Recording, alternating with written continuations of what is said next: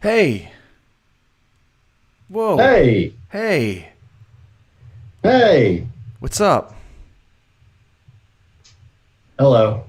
Welcome, welcome, welcome into another edition of Steak, Bourbon and Sports.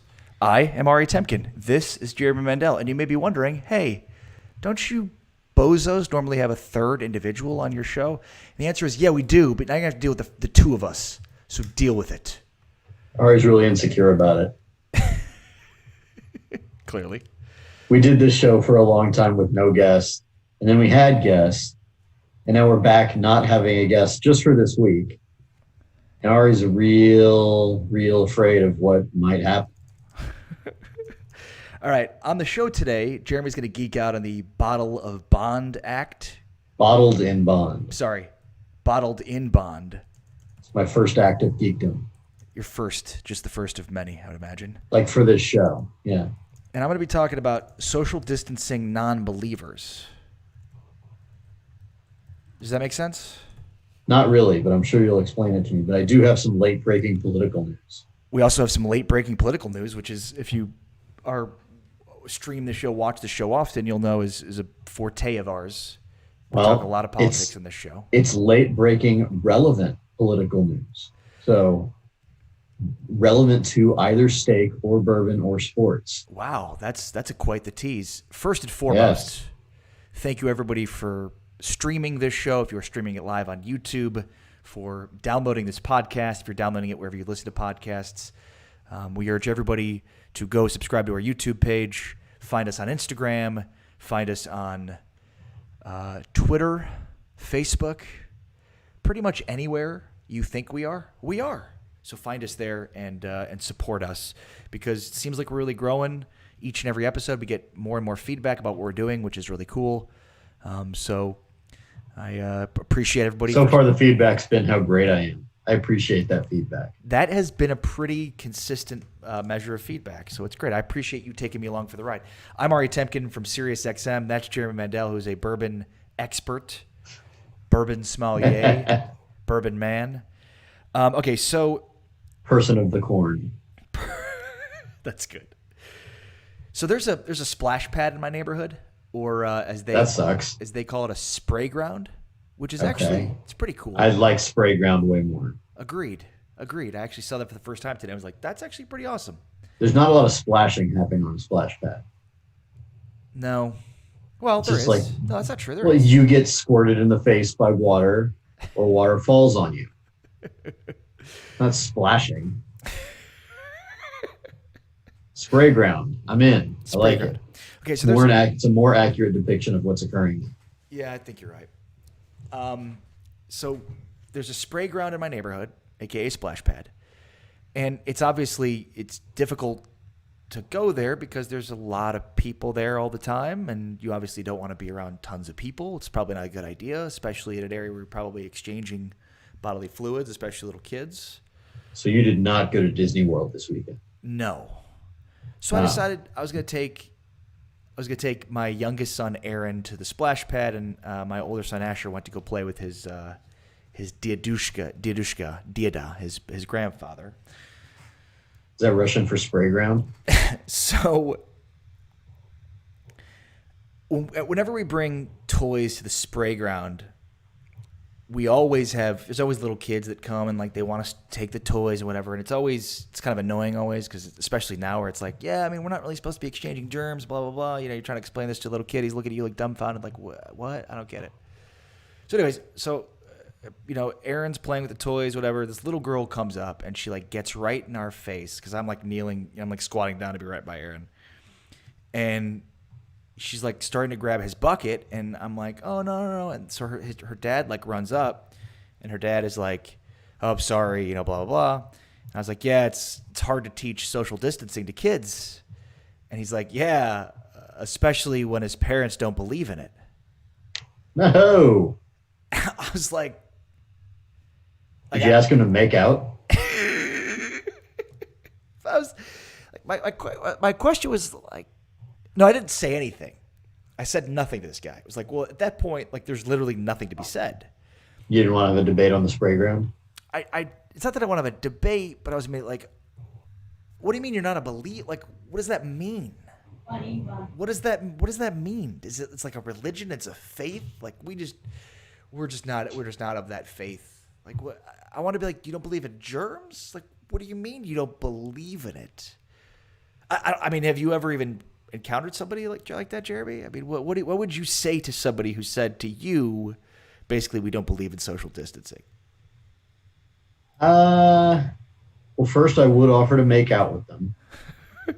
This was a man. Not that there's anything wrong with that. If they said no, then I would say they're a homophobe. You're one or the other. You believe in social distancing or you're homophobic. Those are your choices now, sir. I had so many questions. Pick one. I literally did not say another word to this guy, and I kept just judging him, and I'm sure he was simultaneously judging me. What's funny, though, is I just immediately was like, oh, he's Republican, which was probably the wrong thing to do, because then he probably subsequently said, oh, I'm a Democrat, which is not correct, because, I mean, I don't make up my mind on any issue before I hear the issue. So I sometimes even then you can't make up your mind. And most of the times I really don't know. My eyes glaze over, and I'm like, what? I don't understand what we're talking about here. But I don't know. I was like just dumbfounded with, what does that mean you don't believe in it? Like, what is... It's like Santa Claus. No, it's not. How is it like Santa Claus? You can believe in Santa Claus or not believe in Santa Claus. Yeah, but Santa's not real. Ari. This is real.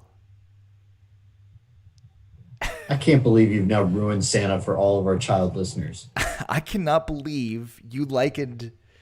You're basically like this guy. You're basically like... No, I'm not saying that's what I believe about social distancing, but I'm saying like Santa Claus is a thing you can choose to believe in or not believe in. Right, but I mean, children choose to believe it or not believe in Santa Claus, right? So you didn't make out with him? Is that what's happening here? I did not make out with him. We said no other words beyond that. Like, that was the last thing I had to say to him, but I couldn't help but think, like, I still haven't stopped thinking about it. Like, what does that mean you don't believe in it? I think you wanted to make out with him. You can't even get him out of your head now. He was a good-looking man. I mean, there's nothing wrong with that. I was like, I guess I really should have asked him what he meant by that. Like, you mean like I also think your think kids to be around other kids, or like you just don't think it's a thing? Like, you don't think the pandemic is real? Like, what is it that you don't believe? I probably wouldn't have spent a whole lot of time talking to this person, but I also think that if you were in a place where you feel good taking your children to the spray ground, then you accept that there are people that feel that way. And if you're unwilling to accept that, then you're at a place with this where you are unwilling to go to the spray ground. Right. Because I've taken my daughter to the spray ground and had no such conflicts, but I was aware that, hey, this is a thing that could happen. But, like, I was there, but conscientious of, you've got to be careful being there. But, like, I guess I just, like, I don't know. Did he not think? I mean, look, I get it. It's frustrating. It's frustrating, I guess. Just trying to get an idea of, like, what people think here. Like, what do people think? That this is a huge, that it's like... That this is a massive hoax? It's a massive hoax. It's a hoax. This is the neighborhood you live in. That's what I'm trying to... Like, that's what people think? This is a hoax? There are people that think that. And I guess there are people that think, like, vaccines are bad for you, so I shouldn't be surprised that there are people that think this is a hoax. But... The Venn diagram of those two things are actually concentric circles. All right, you said at the start of the show we had some late-breaking news. Late-breaking We do. News. We do. Tonight is, in many states, the runoff election for the November election, so the runoff for the primary. Sorry. And I am here to tell you that in Alabama, Jeff Sessions has lost his bid to regain his Senate seat. Do you know who defeated him and will now likely be the senator from the great state of Alabama? Tommy Tuberville. That's right. Not good enough for Texas Tech. good enough for the United States Senate. So let's stay on this road here, because it seems like there are few people that have lost jobs at Texas Tech and have failed up recently. Oh, yeah. Getting fired at Texas Tech is a great omen for your future. Apparently, getting Tech fired as the head football coach at Texas Tech is a great thing. You might become a head NFL coach or a U.S. senator. I mean, that's pretty incredible. I don't know what Matt Wells is going to do in his next job, but he's going to get a great job next. Or even the Pirate Man is an SEC coach now. It's true. It's true. And he sued Texas Tech. So it's being fired. And no, he I don't think he won. I think they settled. That means that he got money. I don't think you can sue a public institution, can you? You absolutely can. No, I think they're protected in some capacity. No, they're not. I mean, I'm not a lawyer, but I do know a few things about Texas law. That it exists is one of the things that you know. Are you going to literally make me Google this on the show? Yeah. Well, I'm not going to make you. I'm telling you I'm right. If you want to spend your time Googling, you spend your time Googling. I'm going to start drinking my whiskey. Sue a public university. This is riveting radio. I think you're protected.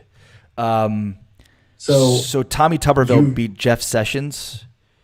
He did. And ergo, he's going to win the... Well, it's not definite. He still has to win in November, but I feel that Alabama is a pretty safe place for Republicans. The only reason there's a Democratic senator there right now is because the other nominee was literally a child molester. So as long as Tommy Tuberville can stay clean till November, I think he is your next United States senator from the great state of Alabama. Alabama had enough of Jeff Sessions, the child molester. No, Sessions wasn't the child molester. What was the child molester? Was Roy Moore. That's right, Roy Moore. What did Jeff Sessions do? He was Trump's attorney general, and he was the senator before that. Wasn't he embroiled? Wasn't there a scandal he was embroiled in? Am I getting my political scandals mixed up here? He was very involved in like the Russian stuff. Until Russian Trump probe. Fired him. Yeah. That's probably why he lost. Because Tuberville because Tommy Tuberville is a political powerhouse. Well, he's also a former Auburn coach, so I would have imagined that that wouldn't have helped him. Also, do you know? Didn't he win a title? No. He never won one. Oh, Malzahn was the coach. Yeah. For the Cam Newton team. Yeah. By the way, do you know what Jeff Sessions' full name is? Jeffrey Sessions? His full name is Jefferson Beauregard Sessions III. That's the senator from Alabama. I'm kind of disappointed that Tuberville won. Jefferson Beauregard Sessions. I yield the floor to Mr. Beauregard Sessions. That's top notch. 159 and 99 in 21 years as the head football coach. He was a coach at Ole Miss, Auburn, Texas Tech, and Cincinnati. Tech. Next up. He went 85 and 40 at Auburn. He was pretty good at Auburn. There you go. You go 85 and 40 at Auburn. That might get you elected to the U.S. Senate from Alabama. Man, it makes you wonder what Nick Saban could do. Oh my God. He's not dumb enough to do this. Right. Nick Saban certainly would, like tomorrow. If they had an election tomorrow, Nick Saban would 100% be the governor of Alabama, like without a doubt. In fact, at this point, he has probably more power than the governor of Alabama without even having to deal with any of the BS that he'd have to deal with in being the governor. Oh, absolutely. Absolutely. Here's the question. Could he beat There's Donald not Trump? A name that there was not a name Trump that in 2020. There was not a name that you could say where I would say no, he could not beat that Trump. person in Al. He beat Trump. You mean for the I just mean in Alabama. I don't think Nick Saban would win a national election. You don't think so? But if he decided to run for president, Alabama's voting for him. I'd vote for him. That's good. Look at how good he is at running a football team. Run my country. It's a perfect analogy. My question is, would he be a Democrat? He kind of seems like he'd be a Democrat, doesn't he? I think you have to at least say that you are, or you're not going to be able to recruit anymore.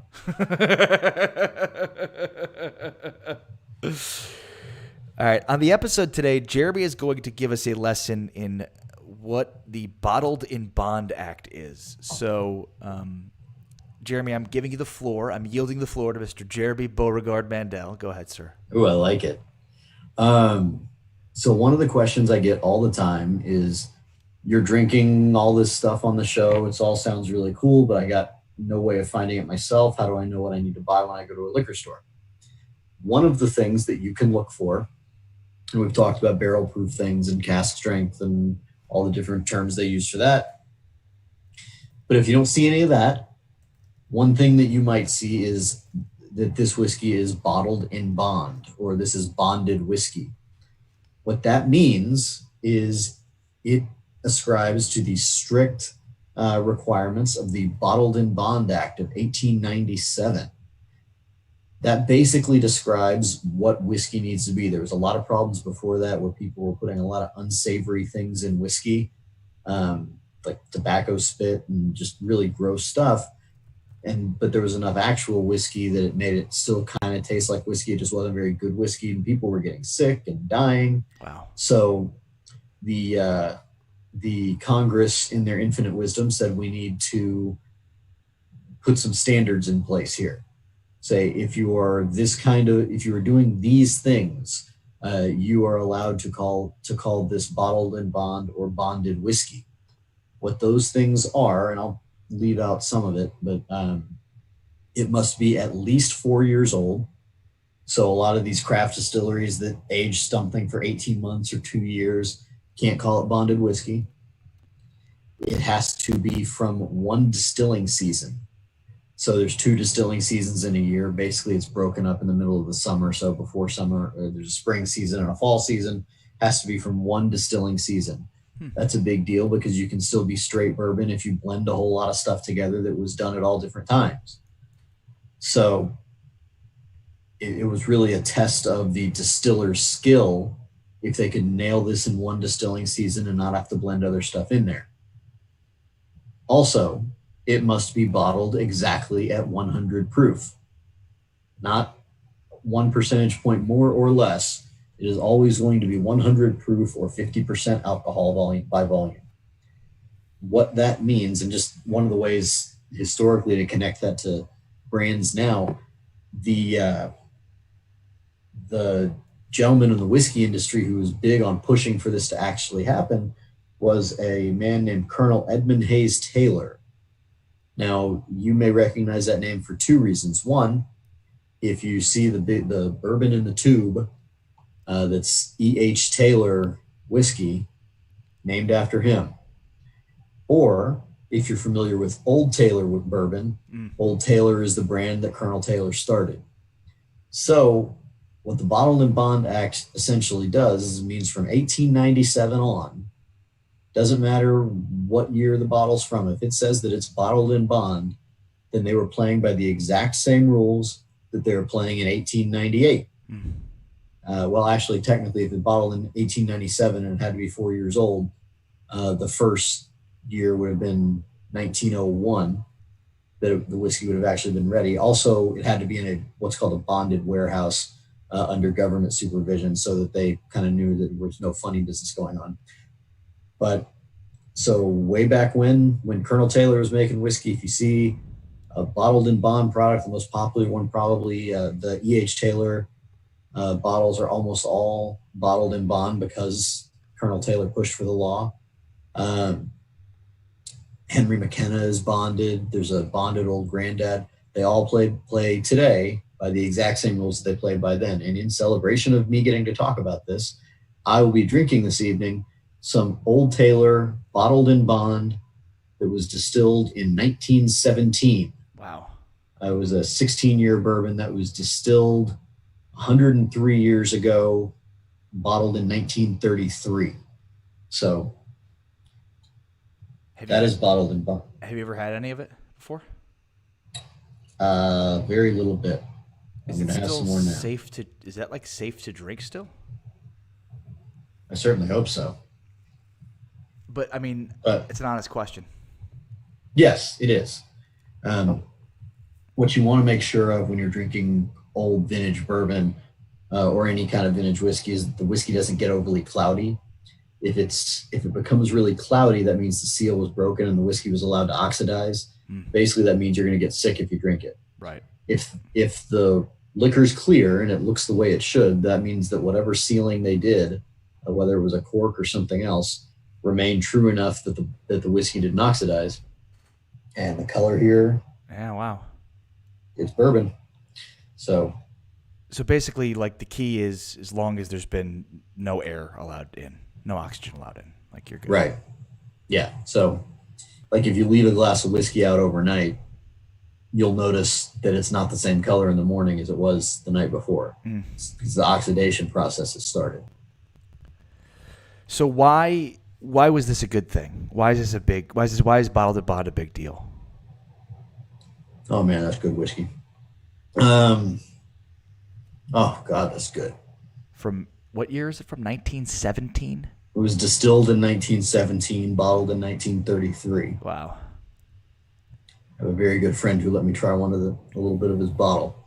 But it's a big deal because without the Bottled and Bond Act, there would be no mechanism for me as a consumer and you as a consumer to know what's really in this bottle. So there was all kinds of stuff being put in whiskey bottles. People were forking over and dying. It was actually one of the big things that was one of the factors that led to Prohibition eventually happening, is people, from a PR standpoint, which they didn't call it then, but right. there was no way that stuck with a lot of people. So you drink a bad bottle of whiskey, you might keel over and die. So this was a problem. So the Bottled and Bond Act made sure they're all playing by the same rules. Now, fast forward to today, there are some distilleries that are really big on using bottled and bond. There's some distilleries that are not. Some distilleries say it's kind of antiquated at this point, but I'm for clarity and transparency, and I want to know what I'm drinking. And if I'm drinking something that's bottled and bond, I know exactly what I'm drinking. Well said. Did I geek out enough for you? No, not enough. I actually kind of expected more geeking out. Really? Yeah. Would you like to listen to me drink this? Because I'm probably going to make audible sounds. Was it like ASMR? Is that what that is? No. I just mean you're going to audibly know how much I enjoy this. Ah, okay.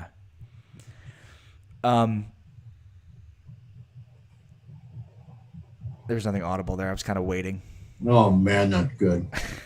What makes it good? I mean, give me an idea of why. Like, oh God, that's so good. How is it different from what I might be drinking tonight? Well, it's better. Just because you know that it was bottled in 1970, or that it was bottled. Well, I mean, it was bottled in 1933. It was distilled in 1917. When did they start making bourbon? Depends on which distillery you listen to, but Elijah Craig is widely considered to be like kind of the first person making American whiskey. And that was, I want to say, in the early 1800s or late 1700s. Actually, no, it was before that, because George Washington was a distiller as well. Really? Yeah. So if you're aware of, they actually just revived the brand Michter's. Yeah. If you've seen Michter's, that was George Washington's brand. Wow. That's one of the cool things about this that I really geek out about. You know, there's when you watched this show, because you're the only other person other than me who still likes Louis C.K. Horace and Pete. If you remember the first episode of Horace and Pete. By the way, this show has kept this show Horace and Pete alive. Oh yeah, we're here to support Horace and Pete. I'm convinced like you and I are the only two people on earth that have ever watched that show. It was so good. It was really good. If you take nothing else away from this podcast, know that Horace and Pete was excellent. Well said. After you watch the whole series, it's just a season. After you watch the whole series, you might be kind of screwed up for about a week, but it was an excellent show. But anyway, you asked me about this particular whiskey that I'm drinking. The flavors are much more pronounced. It's been a long time since I took that sip, and I can still taste it on my tongue. That's what the whiskey geeks call that a finish. The finish goes on forever. what is that? Is that because it's so old, like it's been aged for so long? Like what is the flavor profile? How does that? That's one of the things that whiskey geeks really don't have a consensus on. Why is this different? If they were doing everything the exact same way, why is this much better? There's a ton of theories about it. No one really has an answer. Everything was back in 1917. Everything obviously was like non-GMO, and the grains used were pure and fresh, and there weren't all the terrible things we put on our grains that we eat now. The distillation was done in smaller batches. The barrel entry proof may have been different. You put the distillate in the barrel at a certain proof. That proof will go up or down during the aging process, but what you started at will determine a whole lot. The barrel entry proof gets messed with today so that barrels would produce more bottles. So the company just wants to make sure they can sell as much as they can per barrel. So if we raise the barrel entry proof, that means that we're going to get to add a whole lot of water. And that means we're going to have more bottles than we would have otherwise. Back in the day, they would have had a very low barrel entry proof. And, it also goes all the way down to the wood used in the barrels back then. They were cutting down trees to make barrels that were potentially hundreds of years old. Forestation was not then what it is now. Yeah. Are you now satisfied with my level of geekiness? I feel like I'm getting worse. Basically, what I've learned is we shouldn't genetically modify our foods, and we should cut down whatever trees we damn well please. Which, politically speaking, seem to be at odds with one another. I'm fine with taking from this whatever you want, as long as the two things you take away from this spiel are, one, you need to watch Horace and Pete, and two, when you go to a liquor store, look for bottled and bond products, and you know what you're getting.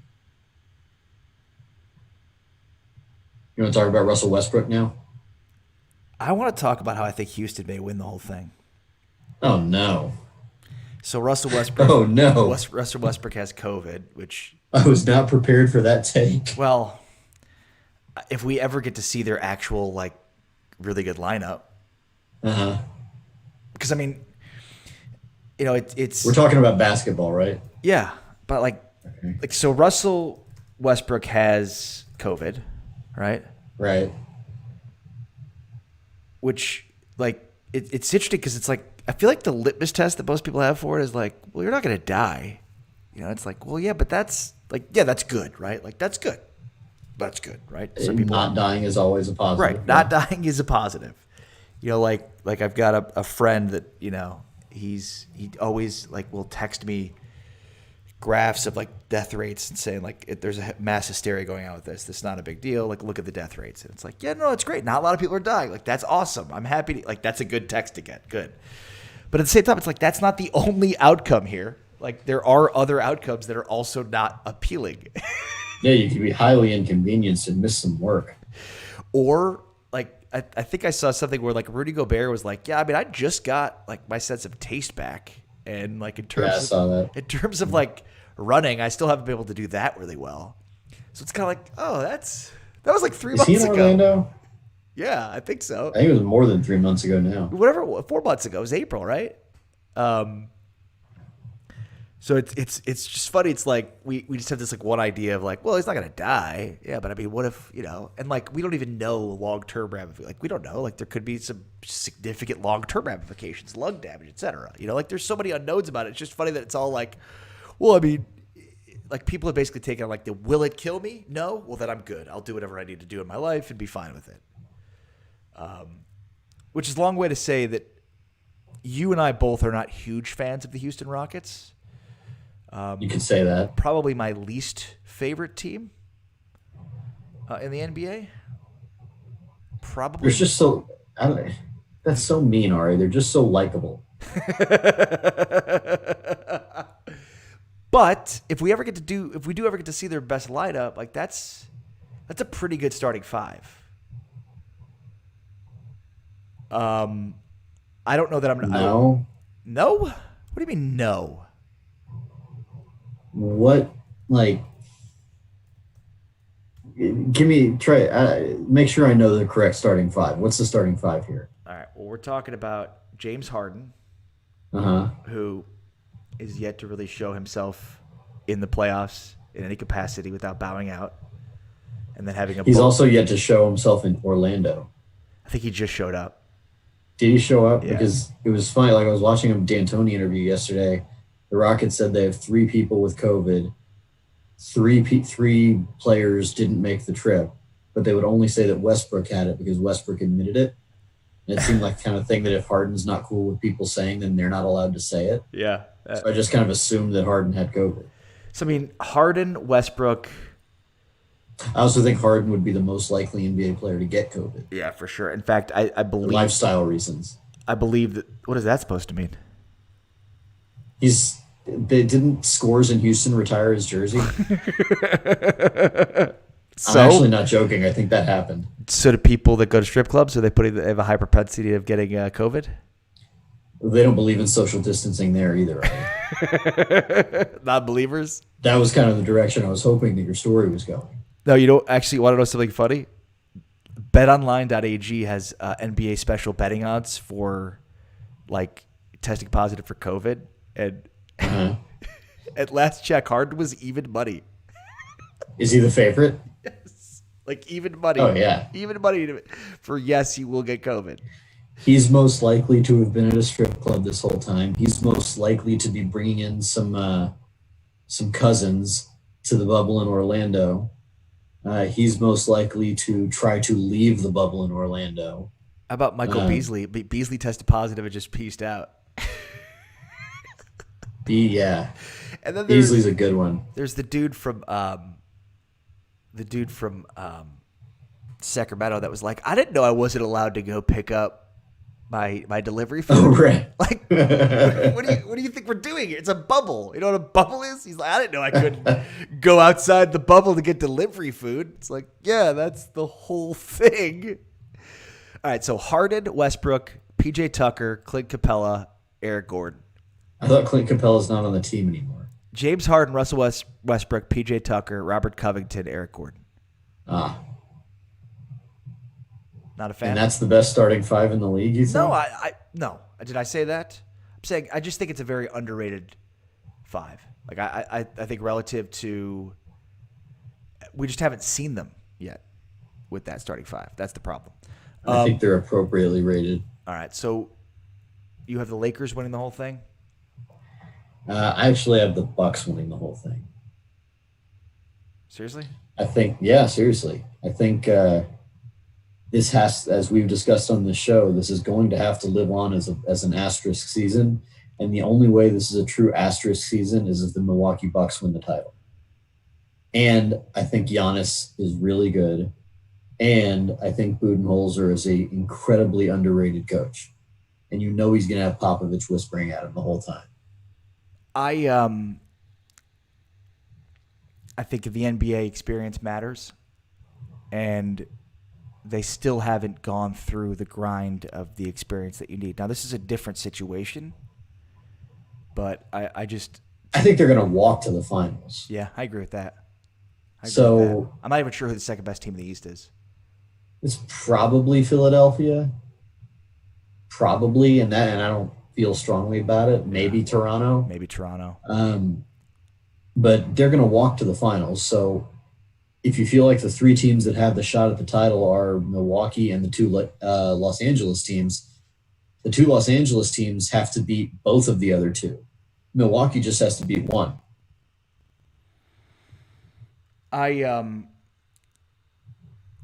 Look, this week, the last couple of weeks, it's been really a lot of pessimism around sports and particularly football. And, in my jobs with SiriusXM and the Dallas Cowboys Radio Network, it's a lot of what I talk about with, football coming and blah, blah, blah. But there's just been a lot of pessimism surrounding it. And it's just interesting to me because it's like, Can we at least wait? Can we wait No. for the NBA and Major League Baseball to play before we go ultimate pessimism here?